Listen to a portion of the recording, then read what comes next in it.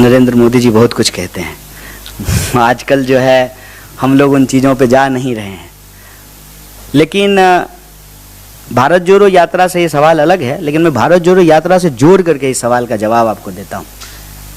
भारत जोड़ो यात्रा को लेकर के आप में से एक साथी ने सवाल किया कि राहुल जी की छवि पे लोगों का क्या नज़रिया है।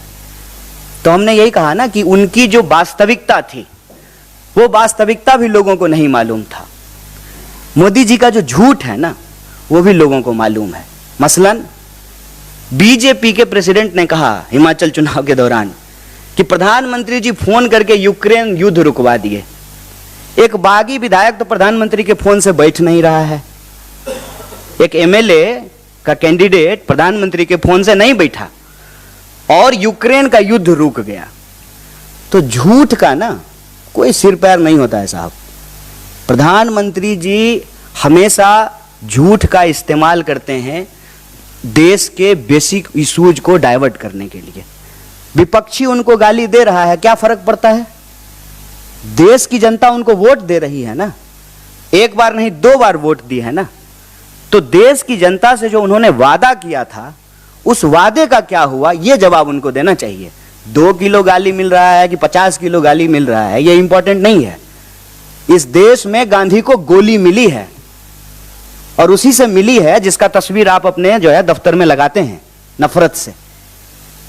और जो है आप नफरत फैलाते हैं, नफरत फैलाने वालों को आप फॉलो करते हैं, नफरत फैलाने वालों को आप प्रमोट करते हैं और फिर जो है विक्टिम कार्ड भी खेल रहे हैं।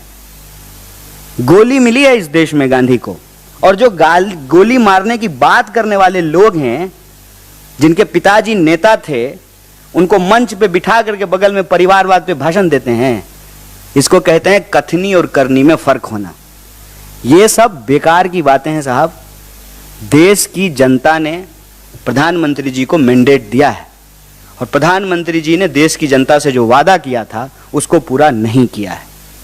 ये देश का सवाल है और हम जब देश घूम रहे हैं तो यही सवाल हमारे सामने आ रहा है कि देश महंगाई से परेशान है, देश बेरोजगारी से परेशान है, किसानों को उनके फसल का दाम नहीं मिल रहा है, महिलाएं असुरक्षित महसूस कर रही हैं, पहचान के आधार पर इंसान को लड़ाया जा रहा है, नफरत फैलाया जा रहा है।